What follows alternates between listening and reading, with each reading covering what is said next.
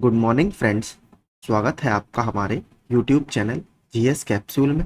I hope आप सभी लोग अच्छे होंगे। फ्रेंड्स, अगर चैनल पर नए हैं तो रेगुलर करंट अफेयर्स और एग्जाम से संबंधित अपडेट्स के लिए आप प्लीज़ चैनल को सब्सक्राइब कर लीजिए। इस वीडियो में हम 13 अप्रैल 2024 के जो भी करंट अफेयर्स चर्चा में रहे उनको देखेंगे मैप्स और एडिशनल फैक्ट्स के माध्यम से। इसका पीडीएफ आपको हमेशा की तरह टेलीग्राम ग्रुप में मिल जाएगा और आज या कल में पूरे हफ्ते का मैं फ्री पीडीएफ भी वीकली कंपाइलेशन बनाकर डाल दूंगा और कल हम पूरे हफ्ते के वीकली करंट अफेयर्स क्विज भी सॉल्व करेंगे। तो चलिए देखते हैं। भारतीय अंतरिक्ष अनुसंधान संगठन इसरो द्वारा गुजरात विज्ञान प्रौद्योगिकी परिषद यानी Gujarat council of science and technology को अंतरिक्ष विज्ञान और प्रौद्योगिकी जागरूकता प्रशिक्षण कार्यक्रम स्टार्ट इसके लिए नोडल केंद्र के रूप में नामित किया गया है। तो देखिए, स्टार्ट जो है ये एक इसरो का प्रोग्राम है, ट्रेनिंग और अवेयरनेस प्रोग्राम है स्पेस टेक्नोलॉजी के संबंध में। तो स्टार्ट कार्यक्रम इसरो के दिमाग की एक उपज है। ये एक प्रारंभिक स्तर का ऑनलाइन प्रशिक्षण मंच प्रदान करता है। तो आपसे अगर पूछे कि स्टार्ट जो प्रोग्राम है वो किससे संबंधित है, तो वो इसरो से संबंधित है और इसरो का एक ऑनलाइन इनिशियल लेवल का ट्रेनिंग प्रोग्राम है। इसके लिए किसको नोडल केंद्र नामित किया गया है, तो Gujarat council for science and technology को नोडल केंद्र नामित किया गया है। तो कुछ मैंने और इसरो के फैक्ट्स डाले हैं जो अभी चर्चा में थे, या स्टैटिक फैक्ट भी मैंने डाले हैं। इसरो की स्थापना की बात करें तो 15 अगस्त 1969 को इसकी स्थापना हुई थी। पहले इसका नाम था इनको स्पार। ठीक है, इनको स्पार पहले इसको जाना जाता था इनिशियली। बाद में विक्रम साराभाई ने इसमें काफी बड़ा रोल प्ले किया था इसके एस्टेब्लिशमेंट में। तो 15 अगस्त 1969 को जो इसरो है वर्तमान में वो आपका अस्तित्व में आया। हेडक्वार्टर इसका सबको पता ही है, बेंगलोर कर्नाटक में है। संस्थापक और इसके प्रथम अध्यक्ष कौन थे, विक्रम साराभाई सर थे। आपने सुना होगा एक इसरो का बहुत फेमस सेंटर भी है, विक्रम साराभाई स्पेस सेंटर। वर्तमान में इसके 10वें अध्यक्ष कौन है, एस सोमनाथ जी। एस सोमनाथ सर अभी हाल ही में चर्चा में भी थे। क्यों? क्योंकि इनको institute of electrical engineers IEEE एक संस्था है केरल, इसके केरल सेक्शन ने, इसके केरल खंड ने केपीपी नाम्बियार अवार्ड 2024 से एस सोमनाथ को सम्मानित किया है। तो ये भी आप याद रखिएगा, ये बहुत इंपॉर्टेंट है कि केपीपी नाम्बियार अवार्ड 2024 किसको दिया गया है, एस सोमनाथ को दिया गया है। और इसरो के ये 10वें अध्यक्ष हैं। इनसे पहले कौन थे, के सिवन, ये इसरो के अध्यक्ष थे।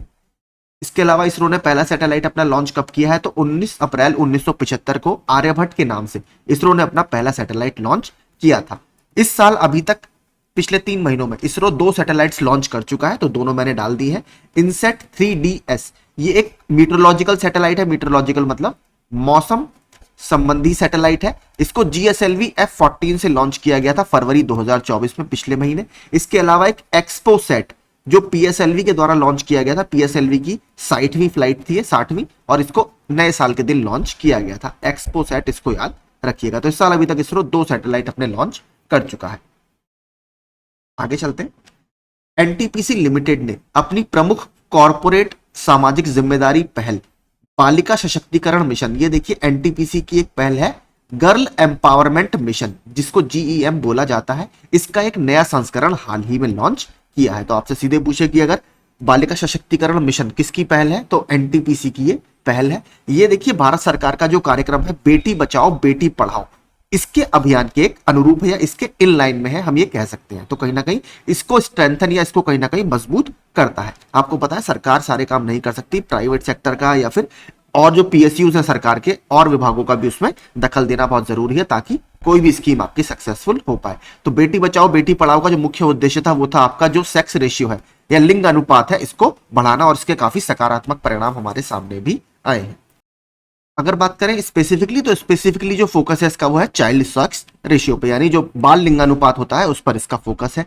कौन सी मिनिस्ट्री इसको क्रियान्वित करती है, तो देखिए ये 3 मिनिस्ट्री का ज्वाइंट एफर्ट है। एक है आपकी ministry of women and child development जो महिला और बाल विकास मंत्रालय है। दूसरा है आपका ministry of health and family welfare जो स्वास्थ्य और परिवार कल्याण मंत्रालय है। और तीसरा मिनिस्ट्री ऑफ एजुकेशन जो आपका शिक्षा मंत्रालय है, जिसे पहले मिनिस्ट्री ऑफ HRD यानी मानव संसाधन विकास मंत्रालय के नाम से जाना जाता था। तो इन 3 मिनिस्ट्री का ये ज्वाइंट एफर्ट है, संयुक्त रूप से क्रियान्वित किया जाने वाला प्रोग्राम है।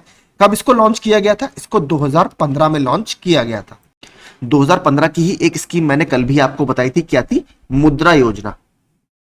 ठीक है, मुद्रा योजना भी आपकी 2015 में ही आई थी, जो छोटे और मध्यम कारोबारी होते हैं उनको 10 लाख रुपए तक का लोन ये इसमें प्रोवाइड करते हैं। ठीक है, तो ये भी याद रखिएगा। आगे चलते हैं, ये भी एक इंपॉर्टेंट फैक्ट है कल के लिए। फ्रांसीसी कार निर्माता सिट्रोएन घरेलू स्तर पर निर्मित इलेक्ट्रिक वाहनों को अंतरराष्ट्रीय बाजार में निर्यात करने वाली भारत की पहली बहुराष्ट्रीय निर्माता कार कंपनी यानी एमएनसी कार कंपनी बन गई है। तो भारत में ये सारी कार डेवलप करी है इस फ्रांसीसी कार निर्माता कंपनी ने, और इसको पहली खेप 500 कारों की पहली खेप इंडोनेशिया इसने एक्सपोर्ट कल कर दी है। तो देखते हैं, इंडोनेशिया के लिए made in India Citroen EC3 ये इनका वर्जन है गाड़ी का, कि 500 इकाइयों को प्रारंभिक शिपमेंट को कामराजार बंदरगाह जो कि तमिलनाडु में स्थित है, इससे औपचारिक रूप से हरी झंडी दिखा दी गई है। तो कामराजार बंदरगाह भी हमारे लिए इंपॉर्टेंट है। इसके बारे में अगर आपको बताऊं, मैंने आपको बता दिया था भारत में 2 तरीके के बंदरगाह हैं। एक होते हैं आपके मेजर पोर्ट या जो बड़े बंदरगाह होते हैं जिनकी संख्या टोटल वर्तमान में 13 है। इसके अलावा एक होते हैं हमारे माइनर पोर्ट। माइनर पोर्ट्स होते हैं जो छोटे मोटे पोर्ट्स होते हैं, इनकी संख्या भारत में वर्तमान में 200 से ज्यादा है।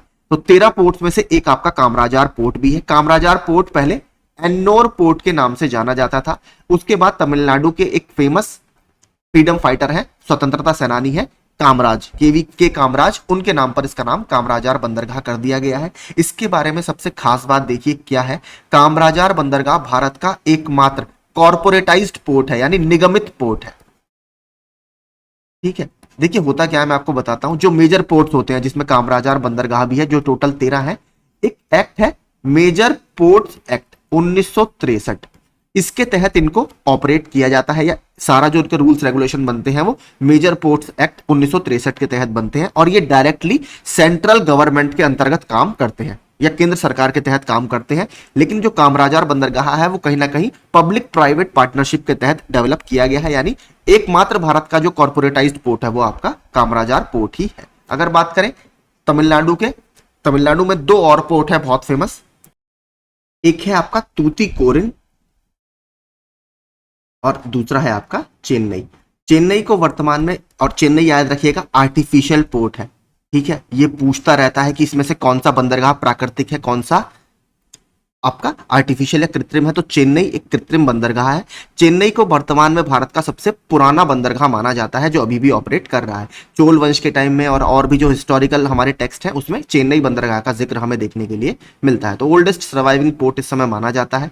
भारत में अगर कार्गो के हिसाब से देखा जाए तो सबसे बड़ा पोर्ट आपको पता होगा नाहवा शेवा, जिसको अब JNPT या जवाहरलाल नेहरू पोर्ट ट्रस्ट के नाम से जाना जाता है, जो मुंबई में स्थित है वो है।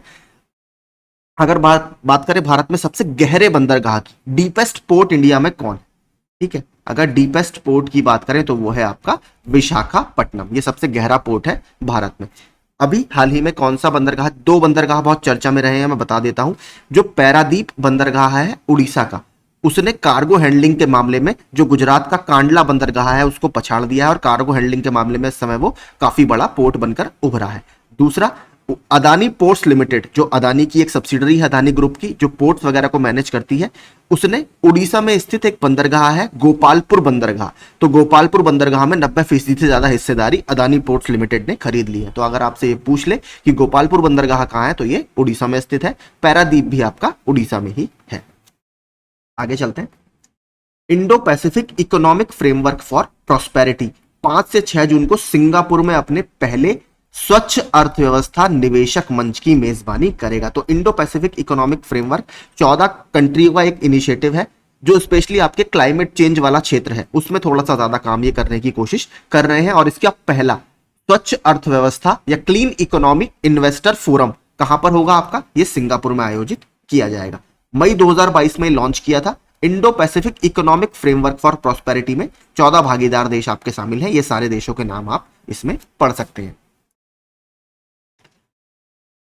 निजी ऋणदाता HDFC बैंक ने लक्षद्वीप के कवारत्ती द्वीप में एक शाखा खोली है, जिससे यह केंद्र शासित प्रदेश में उपस्थिति रखने वाला निजी क्षेत्र का एकमात्र बैंक बन गया है। तो लक्षद्वीप में इसने, या लक्षद्वीप का ये पहला बैंक है प्राइवेट जिसने अपनी ब्रांच यहां पर खोली है। तो लक्षद्वीप की जो कैपिटल है वो कवारत्ती ही है, वहां पर HDFC ने अपनी पहली ब्रांच खोली है। तो इसको याद रखिए। आगे चलते हैं। भारत की डॉक्टर गगनदीप कांग को वैश्विक स्वास्थ्य अनुसंधान में उनकी उपलब्धियों के लिए 2024 का John Dirks Canada Gairdner global health award से सम्मानित इन्हें किया गया है। तो आपसे कनाडा का एक अवार्ड है, हेल्थ सेक्टर में दिया जाता है, डॉक्टर गगनदीप कांग को दिया गया है। इसके अलावा हाल के पुरस्कार 2 बहुत चर्चा में है। जॉन एल जैक स्विटगर्ट जूनियर पुरस्कार जो आपके नासा के द्वारा दिया जाता है, ये इसरो के चंद्रयान 3 मिशन के लिए उसको दिया गया है। ये मैंने आपको बता दिया, ये हम पहले भी कवर कर चुके हैं। तो चंद्रयान 3 आपको पता होगा 23 अगस्त 2023 को इसने चंद्रमा के दक्षिणी ध्रुव पर कदम रखा था और ऐसा करने वाले हम विश्व के पहले देश बन गए थे। इसके अलावा एक और मिशन मैं आपको बता चुका हूं जो चर्चा में है, वो है आपका LUPEX mission, lunar polar exploration mission. ये इंडिया की जो एजेंसी है इसरो और जापान की जो एजेंसी है जाक्सा, इन दोनों के बीच का एक भविष्य में संभावित मिशन है। इसके अलावा सर्वश्रेष्ठ वैज्ञानिक पोस्टर पुरस्कार 2024 किसको दिया गया है? डॉक्टर अग्रवाल नेत्र हॉस्पिटल को या नेत्र अस्पताल को ये दिया गया है। मध्य प्रदेश कैरम एसोसिएशन द्वारा आयोजित 51वीं राष्ट्रीय कैरम चैंपियनशिप के महिला फाइनल में 3 बार की विश्व चैंपियन रश्मि कुमारी ने के नागाजोथी को इतने स्कोर से हरा दिया। तो इस बार 3 बार की विश्व चैंपियन है रश्मि कुमारी जी। इन्होंने इस बार 51वीं राष्ट्रीय कैरम चैंपियनशिप जो मध्य प्रदेश कैरम एसोसिएशन ने आयोजित की थी वो जीत ली। ये भी देखिए अपॉइंटमेंट बहुत चर्चा में है। ऑक्सफोर्ड से स्नातक और यूनाइटेड किंगडम के राष्ट्रीय साइबर सुरक्षा केंद्र की पूर्व सीईओ लिंडी कैमरून को भारत में यूनाइटेड किंगडम की पहली महिला उच्चायुक्त या हाई कमिश्नर नियुक्त किया गया है। तो यूनाइटेड किंगडम की तरफ से पहली बार किसी महिला को हाई कमिश्नर टू इंडिया नियुक्त किया गया है और वह है लिंडी कैमरून जी। इसके अलावा एक और जो पहली महिला चर्चा में रही है वो सब आपने देखा होगा, कौन? जो कॉन्गो गणराज्य है या कॉन्गो देश है, कहां का? अफ्रीका महाद्वीप का, उसकी पहली महिला प्रधानमंत्री अभी हाल ही में बनी है जूडिथ सुमिनवा। ठीक है, इसको भी याद रखिएगा। भारतीय सेना ने सिक्किम में एंटी टैंक गाइडेड मिसाइल प्रशिक्षण अभ्यास आयोजित किया। तो देखिए ये बेसिकली जो इसका उद्देश्य था वो था हाई एल्टीट्यूड पे टेस्टिंग करना, क्योंकि आपको पता है जितने भी मिसाइल इक्विपमेंट्स होते हैं ये सारे टेम्परेचर वगैरह से बहुत सेंसिटिव होते हैं और जो टेरेन होता है उससे बहुत सेंसिटिव होते हैं। तो इन्होंने बहुत ज्यादा ऊंचाई पर इसका टेस्ट करने के लिए भारतीय सेना द्वारा ये एक प्रशिक्षण अभ्यास आयोजित किया गया था। कहां पर? सिक्किम में। और एंटी टैंक गाइडेड मिसाइल जो ATGM है, इंडिया की एंटी टैंक गाइडेड मिसाइल का क्या नाम है? इसका नाम है नाग। ठीक है, नाग जो मिसाइल है वो एंटी टैंक गाइडेड मिसाइल है, मतलब एंटी टैंक समझ लीजिए आप, जो टैंक को ध्वस्त करने में यूज की जाती है। और इसके अलावा नाग का जो हेलीकॉप्टर वर्जन है, इसको हेलीकॉप्टर से भी आप लॉन्च कर सकते हैं, उसको बोला जाता है हेलीना, मतलब हेलीकॉप्टर, माफ कीजिए, हेलीकॉप्टर से लॉन्च ना, तो हेलीना इसको बोला जाता है। आगे चलते हैं, थोड़ा सा इसके बारे में और है।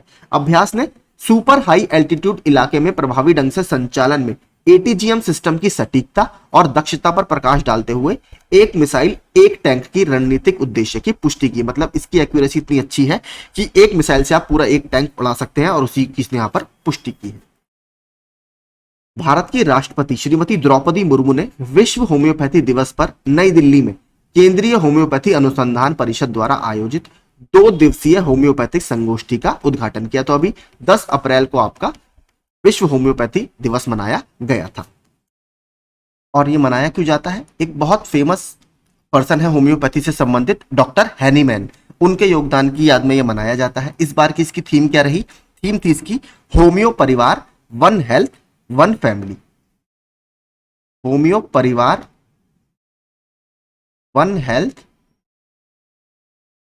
वन फैमिली, ये इस बार की इसकी थीम थी। अब देखिए 2 वजह से होम्योपैथी अभी काफी चर्चा में है, मैं बताता हूं। पहला क्वेश्चन तो बहुत इंपॉर्टेंट है, आपसे बन भी सकता है। उत्तर भारत का पहला, ठीक है, याद ध्यान से सुनिएगा, उत्तर भारत का पहला गवर्नमेंट होम्योपैथिक कॉलेज, इसकी स्थापना कहां की जाएगी? इसकी स्थापना जम्मू एंड कश्मीर के कठुआ डिस्ट्रिक्ट में की जाएगी, याद रखिएगा। ठीक है, उत्तर भारत का पहला राजकीय होम्योपैथी कॉलेज होगा, ये कठुआ में इसकी स्थापना की जाएगी।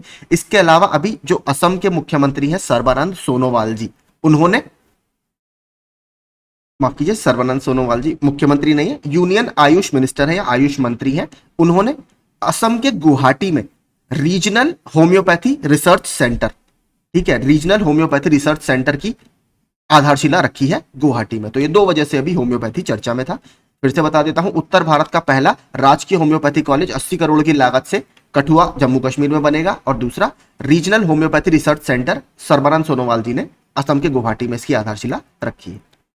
राष्ट्रपति जो बिडेन और जापानी प्रधानमंत्री फूमियो किशिदा ने खुलासा किया कि जापानी अंतरिक्ष यात्री आर्टेमिस कार्यक्रम के हिस्से के रूप में भविष्य के नासा चंद्र मिशन में शामिल होंगे। तो देखिए अमेरिका की जो स्पेस एजेंसी है नासा, वो दोबारा से चांद पर आदमियों को भेजने का एक रिसर्च प्रोग्राम चला रही है जिसका नाम है आर्टेमिस प्रोग्राम। इसके तहत दोबारा से चांद पर अंतरिक्ष यात्रियों को भेजा जाएगा। तो उसमें ये एक स्टेप आया है कि जो जापानीज स्पेस एस्ट्रोनॉट्स हैं उनको भी वहां पर भेजा जाएगा। और आर्टेमिस प्रोग्राम 2026 तक ये मान के चलिए आप, शायद 2026 ही है इसकी लास्ट डेट, उस तक ये चंद्रमा पर एस्ट्रोनॉट्स को भेजने की योजना बना रहा है। तो ये एक इंपॉर्टेंट प्रोग्राम है, नासा का है, इसको याद रखिएगा।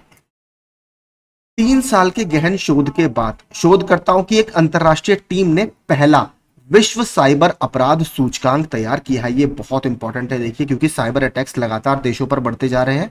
तो उसी को एक डेटा कंपाइल करने के लिए दुनिया का पहला ग्लोबल साइबर क्राइम इंडेक्स अभी लॉन्च किया गया है। तो इसके बारे में देख लेते हैं। यह राष्ट्रीय स्तर पर साइबर अपराध के सबसे महत्वपूर्ण स्रोतों की रैंकिंग करके दुनिया के प्रमुख साइबर अपराध हॉटस्पॉट की पहचान करता है कि कौन कौन से पहले साइबर हॉटस्पॉट हैं दुनिया के। इसको डेवलप किसने किया है, ये सबसे इंपॉर्टेंट है। इसे ऑक्सफोर्ड विश्वविद्यालय और यूएनएसडब्ल्यू कैनबरा, जो कि ऑस्ट्रेलिया की एक संस्था है, उसके बीच एक संयुक्त साझेदारी के रूप में विकसित किया गया है। अगर बात करें रैंकिंग की कंट्री की कैसी कैसी आई है, इस सूची में रशिया जो है वो रैंक 1 पर है। उसके बाद यूक्रेन, चीन, अमेरिका, नाइजीरिया और रोमानिया है। भारत इस रैंकिंग में 10वें नंबर पर है। ठीक है, तो ये आप सारे याद रखिएगा। इसके अलावा कल मैंने आपको बताया था एक रैंकिंग आई है, कौन सी, QS वर्ल्ड यूनिवर्सिटी रैंकिंग्स। उसमें पहला रैंक किसका था, अमेरिका स्थित मैसाचुसेट्स इंस्टीट्यूट ऑफ टेक्नोलॉजी का। डेवलपमेंटल स्टडीज में भारत की किस यूनिवर्सिटी को रैंक दी गई थी, तो 20वीं रैंक थी जवाहरलाल नेहरू यूनिवर्सिटी की। और इंस्टीट्यूट की बात करें तो भारत की तरफ से सबसे टॉप इंस्टीट्यूट कौन निकल कर आया था, IIT बॉम्बे। तो भारत की तरफ से इसकी रैंक हाईएस्ट थी। ये रैंकिंग चर्चा में थी। इसके अलावा देखिए कुछ इंडेक्स भी बहुत चर्चा में है, हम बता देता हूं। एक तो है आपका करप्शन परसेप्शन इंडेक्स, जो ट्रांसपेरेंसी इंटरनेशनल आपका जारी करती है। इसमें भारत की रैंक कितनी है, इस बार भ्रष्टाचार सूचकांक में भारत की रैंक 93वीं है। और जो रैंक 1 है इसको टॉप किसने किया है, जो सबसे अच्छी कंट्री है वो है आपकी डेनमार्क। डेनमार्क ने इसको टॉप किया है। इसके अलावा क्लाइमेट चेंज परफॉर्मेंस इंडेक्स, जो कि आपका जर्मन वॉच के द्वारा जारी किया जाता है, इसमें भारत की 7वीं रैंक है। इसके अलावा एक और सूचकांक है आपका हेनले पासपोर्ट इंडेक्स। ठीक है, हेनले पासपोर्ट इंडेक्स में अगर भारत की रैंक की बात करें तो वो 85th रैंक है इंडिया की। ठीक है, 85th। तो यही सारे इंडेक्स अभी चर्चा में थे। क्लाइमेट चेंज वाला याद रखिएगा, थोड़ा सा इंपॉर्टेंट है। हाल ही में वायनाड वन्यजीव अभयारण्य के तहत सुल्तान बाथरी वन रेंज में आग लगने से 100 हेक्टेयर जंगल आपके नष्ट हो गए। तो हमारे लिए ये इतनी इंपॉर्टेंट न्यूज नहीं है, मेन है हमारे लिए national park wild life sanctuaries, क्योंकि ये लगातार आपसे पूछता रहता है। तो वायनाड वन्यजीव अभयारण्य, अगर इसके बारे में देखें, यह केरल के वायनाड में पश्चिमी घाट की दक्षिणी खाइयों में स्थित है, वेस्टर्न घाट में स्थित है, जो नीलगिरी बायोस्फीयर रिजर्व का एक हिस्सा है, जो एक यूनेस्को का वर्ल्ड हेरिटेज साइट भी है। अगर इसके बारे में बाद में बात करेंगे। अगर बात करें वायनाड की, तो वायनाड को जो बॉर्डर करते हैं, मान लीजिए ये वायनाड वाइल्ड लाइफ सेंचुरी है, वायनाड वाइल्ड लाइफ सेंचुरी, यहां पर है इसका नागरहोल, जो कि कर्नाटक में स्थित है। एक तरफ है इसके बांदीपुर और साउथ में इसके पड़ता है मुदुमलाई। मुदुमलाई भी अभी चर्चा में है, नीचे मैंने डाला है, वो भी पढ़ेंगे। ये आपका तमिलनाडु में पड़ता है। ठीक है, तो याद रखिएगा नागरहोल जो है ये आपका कर्नाटक में है, बांदीपुर भी कर्नाटक में है, और वायनाड वाइल्ड लाइफ सेंचुरी को ये बॉर्डर करते हैं। साउथ में आपका मुडुमलाई इसके पड़ता है। ये सारे नीलगिरी बायोस्फीयर रिजर्व का हिस्सा है। अगर बात करें नीलगिरी की, तो नीलगिरी ट्राई जंक्शन पर पड़ता है। कर्नाटक, केरल और तमिलनाडु तीनों की बाउंड्री के एरियाज को कवर करता है। नीलगिरी बायोस्फीयर रिजर्व भारत का पहला बायोस्फीयर रिजर्व है, ये भी आपको याद रखना है। 1986 में इसको बायोस्फीयर रिजर्व या जैव मंडल अभ्यारण्य घोषित किया गया है। वर्तमान में भारत में टोटल 18 बायोस्फीयर रिजर्व हैं, जिसमें से 12 आपके यूनेस्को के world network of biosphere reserve में शामिल है। यूनेस्को का देखिए एक प्रोग्राम है MAB, man and biosphere program, जो 1970-71 के दशक में लॉन्च किया गया था। मैन एंड बायोस्फीयर प्रोग्राम जो अंतरराष्ट्रीय स्तर पर इंपॉर्टेंस, यानी वहां पर इतना ज्यादा स्पेशीज का एंडेमिज्म है, यानी स्थानीय प्रजातियां बहुत पाई जाती हैं, फॉरेस्ट या वेजिटेशन की प्रजातियां बहुत ज्यादा हैं, तो उसको अंतरराष्ट्रीय स्तर पर महत्वपूर्ण बायोस्फीयर रिजर्व माना जाता है। और उन बायोस्फीयर रिजर्व को यूनेस्को के मैन एंड बायोस्फीयर रिजर्व का जो प्रोग्राम है, world network of biosphere reserve, उसमें शामिल किया जाता है। तो भारत की तरफ से इसमें 12 है और नीलगिरी उसमें से एक है। यह केरल में बाघों की सबसे बड़ी आबादी के लिए जाना जाता है। तो वायनाड में केरल के सबसे ज्यादा टाइगर्स की संख्या हमें देखने के लिए मिलती है।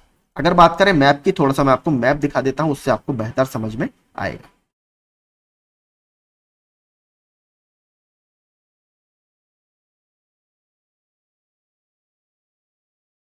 यहां पर अगर आप देखेंगे, ठीक है, ये है आपका नीलगिरी, ठीक है, नीलगिरी बायोस्फीयर रिजर्व। ये आपका देखेंगे यहाँ पर नागरहोल है, ये आपका बांदीपुर है, ये कर्नाटक में पड़ता है, ये है मुदुमलाई जो कि आपका तमिलनाडु में पड़ता है। ठीक है, तो ये सारे इंपॉर्टेंट है, इसको याद रखिएगा। ये वाला पूरा सेक्टर ही बहुत इंपॉर्टेंट है, क्योंकि नीलगिरी जो है ये एक बायोस्फीयर रिजर्व है और भारत का पहला बायोस्फीयर रिजर्व है। अगर मैं भारत के और बायोस्फीयर रिजर्व आपको दिखाऊं, तो ये है भारत के सारे बायोस्फीयर रिजर्व। कोल्ड डिजर्ट है, ठीक है, नंदा देवी उत्तराखंड में है, खांगचनजोंगा सिक्किम में है, दिहांग दिबांग या अरुणाचल प्रदेश में है, डिब्रू साइखोवा असम में है, मानस आपका असम में है, नौकरेक मेघालय में, सुंदरबन वेस्ट बंगाल में, सिमलीपाल उड़ीसा में, पन्ना मध्य प्रदेश में, कच्छ गुजरात में, पंचमढ़ी मध्य प्रदेश में, अचानकमार अमरकंटक मध्य प्रदेश और छत्तीसगढ़ के बॉर्डर पर यह पड़ता है, भद्रा शेषचलम हिल्स यह आंध्र प्रदेश में स्थित है, नीलगिरी ये देखिए आप पढ़ेंगे तमिलनाडु केरल और कर्नाटक के बॉर्डर पर स्थित है। इसके बाद अगस्त्यमलाई ये आपका केरल में है, गल्फ ऑफ मन्नार श्रीलंका में है, ग्रेट निकोबार ये अंडमान निकोबार पर है। जितने में देखिए स्टार लगा हुआ है ये आपके world network of biosphere reserve में शामिल है, जो कि टोटल 12 है। वैसे भारत में टोटल 18 है, लेकिन यूनेस्को के नेटवर्क में केवल 12 ही है। आई होप आपको पूरा चीज समझ में आ गई होगी। चलिए आगे चलते हैं। हाल ही में संयुक्त राज्य अमेरिका में स्वास्थ्य अधिकारियों ने मेथनॉल के जोखिम के कारण कई हैंड सैनिटाइजर और एलोवेरा जेल को वापस ले लिया है। तो देखिए मेथनॉल जो है थोड़ा सा पॉइजनस भी होता है, उसमें कुछ दिक्कत आ रही थी। एक क्वेश्चन यहां से बहुत बनता है कि इसे कास्ट एल्कोहल या वुड स्पिरिट के नाम से भी जाना जाता है, तो इसे कास्ट एल्कोहल या वुड एल्कोहल के नाम से भी जाना जाता है। यह प्रश्न आपका प्रीवियस ईयर के एग्जाम्स में आया हुआ है, इसलिए मैंने डाल दिया। जो मैं कह रहा था, देखिए मुदुमलाई ये भी चर्चा में है। वन विभाग नीलगिरी में मुदुमलाई टाइगर रिजर्व में एशियाई जंगली कुत्तों के एक झुंड के बीच खुजली के प्रकोप की निगरानी कर रहा है। तो यहाँ पर देखिए कुछ जंगली कुत्ते जो होते हैं वाइल्ड डॉग्स, उसमें खुजली का प्रकोप बहुत ज्यादा हो रहा है, तो उसकी जांच चल रही है कि ऐसा क्या हुआ जो एकदम से इस तरह की घटनाएं बहुत बढ़ गई। मुदुमलाई टाइगर रिजर्व आपका कहां पर है? ये तमिलनाडु में स्थित है। मैं मैप में दिखा देता हूं टाइगर रिजर्व आपको। ये पूरे भारत के टाइगर रिजर्व का मैप है। नीचे अगर आप देखेंगे ये है आपका मुदुमलाई, जो मैंने आपको बताया था किसका, वायनाड जो है आपका, वायनाड की ये सदर्न बाउंड्री फॉर्म करता है, यानी दक्षिणी बाउंड्री में स्थित है वायनाड वाइल्ड लाइफ सेंचुरी के, जो केरल में स्थित है। ठीक है, तो मुदुमलाई ये भी आपका देखिए नीलगिरी बायोस्फीयर रिजर्व का ही हिस्सा है। ठीक है, तो अगर आप देखेंगे तमिलनाडु के हैं श्री विल्लीपुतूर मेघमलाई, ये तमिलनाडु का टाइगर रिजर्व है। सत्यमंगलम टाइगर रिजर्व ये भी तमिलनाडु में है। अन्नामलाई ये भी तमिलनाडु का है, और कलक्कड़ मुन्नुथुराई ये भी तमिलनाडु का टाइगर रिजर्व है। इसको KMTR भी बोलते हैं, और ये तमिलनाडु का पहला टाइगर रिजर्व था। ठीक है, इसको भी याद रखिएगा। अगर बात करें प्रोजेक्ट टाइगर की, ठीक है, प्रोजेक्ट टाइगर भारत सरकार द्वारा कब लॉन्च किया गया था? 1973 में। अभी पिछले साल इसको 2023 में इसको 50 साल पूरे हो गए हैं। इसके 50 साल पूरे होने के उपलक्ष्य में सरकार ने क्या लॉन्च किया है? IBCA international big cat alliance सरकार ने लॉन्च किया है, जो 13 टाइगर रेंज कंट्रीज हैं उसको कहीं ना कहीं ये प्रमोट करने की कोशिश करेगा। दुनिया में टोटल 7 प्रजातियां आपकी पाई जाती हैं टाइगर की, जिसमें बहुत अलग अलग हैं। स्नो लेपर्ड है, क्लाउडेड लेपर्ड है, और टाइगर है, लॉयन है, प्यूमा है, जगुआर है। ये सारी अलग अलग वैरायटी बिग कैट की पाई जाती है। भारत सरकार ने इसमें अभी 150 करोड़ का बजट आउटले दिया है, जिससे इसका एक तरह से पूरा फ्रेमवर्क तैयार होगा। तो इंटरनेशनल बिग कैट अलायंस दुनिया की 7 बड़ी बिल्लियों की प्रजातियों को प्रोटेक्ट करने की बात करता है। बात करें अंतर्राष्ट्रीय टाइगर दिवस कब मनाया जाता है, तो 29 जुलाई को अंतर्राष्ट्रीय टाइगर दिवस मनाया जाता है। बात करें अगर भारत के पहले टाइगर रिजर्व की, तो भारत का पहला टाइगर रिजर्व वही है जो भारत का पहला नेशनल पार्क है, वो है आपका जिम कॉर्बेट। ठीक है, जिम कॉर्बेट नेशनल पार्क सबको पता है भारत का पहला नेशनल पार्क है। 1936 में इसकी स्थापना की गई थी। पहले इसको हेली नेशनल पार्क के नाम से जाना जाता था, बाद में जिम कॉर्बेट, जो कि एक बहुत फेमस शिकारी है, उनके नाम पर इसका नाम ये रख दिया गया। और भारत का पहला टाइगर रिजर्व भी जिम कॉर्बेट टाइगर रिजर्व ही है, उत्तराखंड में स्थित है। उत्तराखंड में टोटल 2 आपके टाइगर रिजर्व है, जो यहाँ पर आप देख सकते हैं, जिम कॉर्बेट टाइगर रिजर्व और आपका राजाजी टाइगर रिजर्व। राजाजी वैसे बहुत ज्यादा एलिफेंट वगैरह के लिए बहुत ज्यादा फेमस है। अगर आप जाएंगे कभी, हरिद्वार में पड़ता है, तो एलिफेंट्स वगैरह आपको काफी यहाँ पर देखने के लिए मिलेंगे। इसकी एक रेंज है बहुत फेमस, मोतीचूर रेंज, वहां पर आपको एलिफेंट्स वगैरह काफ़ी दिखते हैं। ठीक है, तो यही सारे आज के करंट अफेयर्स हमारे चर्चा में थे। आई होप आपको सेशन अच्छा लगा होगा और एडिशनल फैक्ट्स पसंद आए होंगे। ऐसे ही रेगुलर करंट अफेयर्स के लिए आप हमसे जुड़ सकते हैं और चैनल को सब्सक्राइब कर सकते हैं। Thank you so much.